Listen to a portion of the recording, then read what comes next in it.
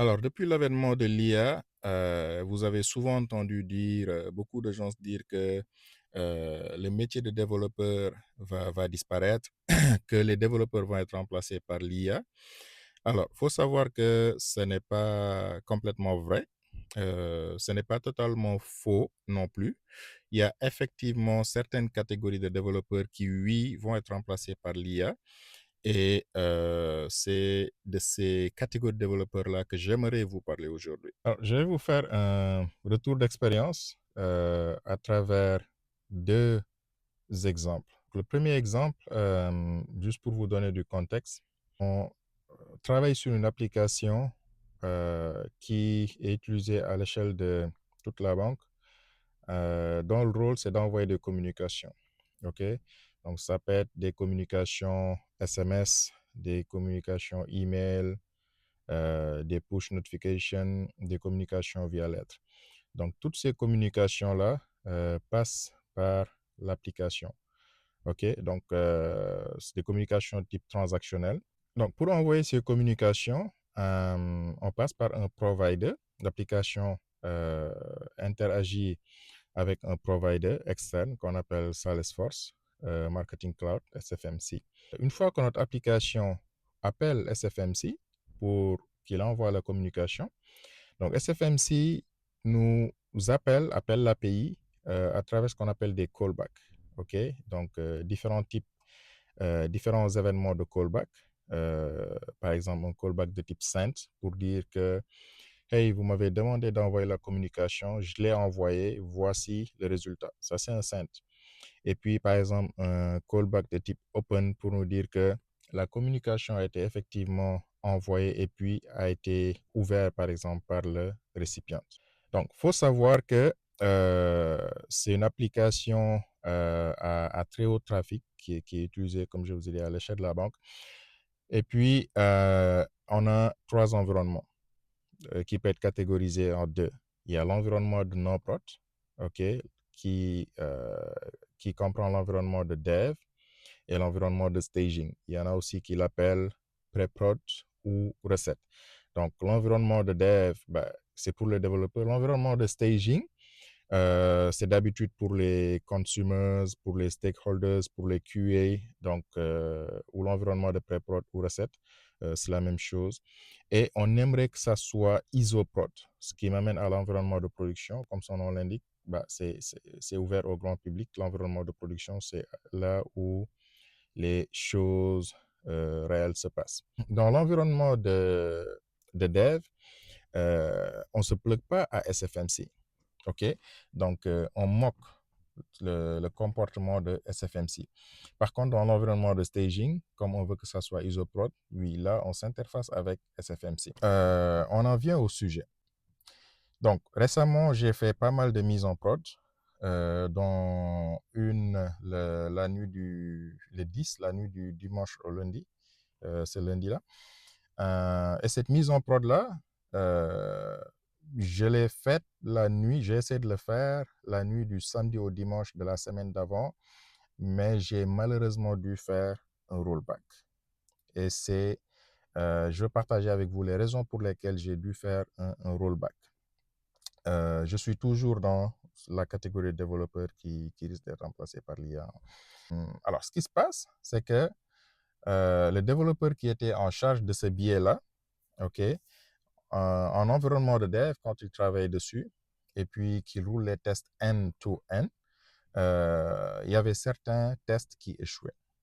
Donc, d'après son analyse, ces tests échouaient ces cas de tests échouaient parce que euh, l'application interroge DynamoDB, AWS DynamoDB. Et on a ce qu'on appelle des index, et puis il y a ce qu'on appelle eventual consistency, OK, qui est différent du strong consistency. Donc, dans notre cas, on utilise l'eventual consistency qui fait que quand tu écris la donnée et que à la seconde près, tu veux récupérer cette donnée-là, elle n'est pas encore répliquée par AWS. Donc, ce qui fait que il te donne un record not found. Donc, d'après son analyse, c'est ce qui faisait que les tests échouaient.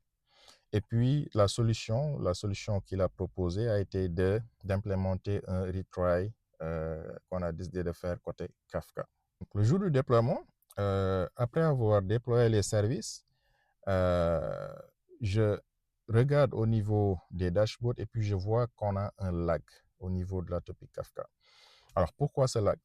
Souvenez-vous, il y a des retries qui ont été faits, donc 10 retries en l'espace de 10 secondes à chaque retry. Donc, ça nous fait au final 11 tentatives euh, qui prennent 100 secondes, donc au total.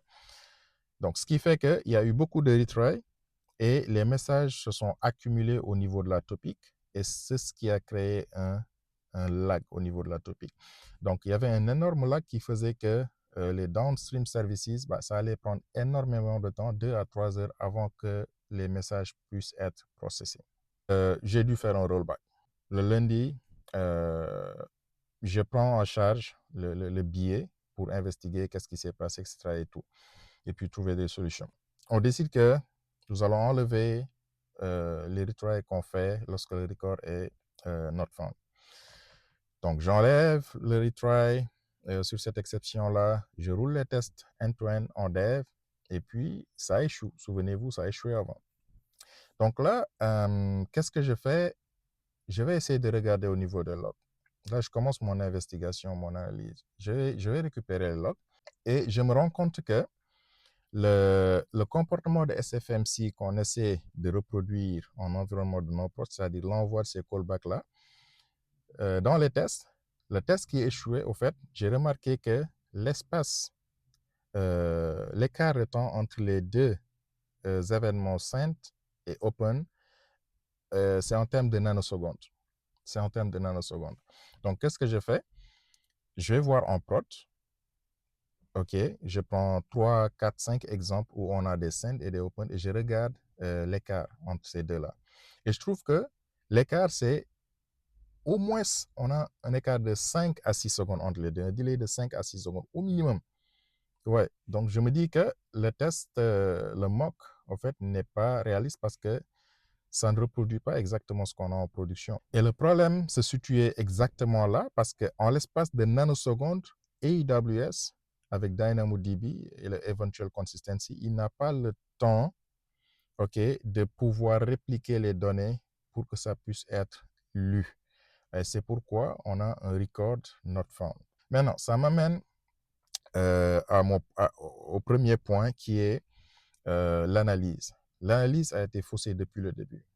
Et quand vous passez à côté de l'analyse, eh bien, naturellement, la solution que vous implémentez ne va pas résoudre le problème. Au contraire, ça va créer d'autres problèmes. Maintenant, pourquoi l'analyse a été faussée?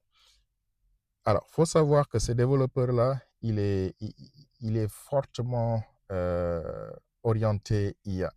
Et il n'y a pas de problème sur ça. Moi, j'utilise l'IA. Depuis avril, j'utilise l'IA. Et d'ailleurs même, je vais faire une présentation où je vous montre mon utilisation de l'IA, comment j'utilise l'IA. Donc, le problème n'est pas l'utilisation de l'IA en soi. Donc, mais le souci, c'est que il a basé son diagnostic, son investigation sur ce que l'IA lui a donné. Uniquement sur ce qu'il s'est complètement fié à l'IA. Et puis, attention, ce que l'IA lui a donné comme résultat de l'analyse, comme quoi que c'est dû au fait qu'il y a un eventual consistency et qu'il faut faire un retry, ben, ce raisonnement-là, cette analyse-là, elle est acceptable. Elle est acceptable, elle est raisonnable. Mais pourquoi l'IA s'est trompée? Parce que l'IA n'a pas eu tout le contexte. Si l'IA savait que en prod, par exemple, on a un delay de 5 à 6 secondes, c'est sûr qu'il lui aurait proposé une autre réponse. Et quand vous utilisez l'IA aussi, bah, c'est la même chose. S'il y a une investigation à faire, essayez d'abord, vous, en tant qu'humain, de comprendre qu'est-ce qui se passe. Et si vous comprenez le problème, ben oui, là, vous pouvez prendre l'IA, lui donner tout le contexte qu'il faut, et puis il va vous implémenter la solution. Je vous parlerai de la suite dans une autre vidéo, mais le bottom line, ce qu'il faut retenir pour ce premier point, c'est utiliser l'IA, certes, mais ne vous fiez pas 100% à ce que vous donne l'IA, challengez ce que l'IA vous propose. Parce que L'IA, il a une vertu extraordinaire. C'est qu'il est capable de dire des contre-vérités, mais complètement de passer à côté avec une telle assurance que vous ne pouvez pas vous en rendre compte. Donc, c'est pour ça qu'il faut toujours vérifier ce que vous donne l'IA comme artefact.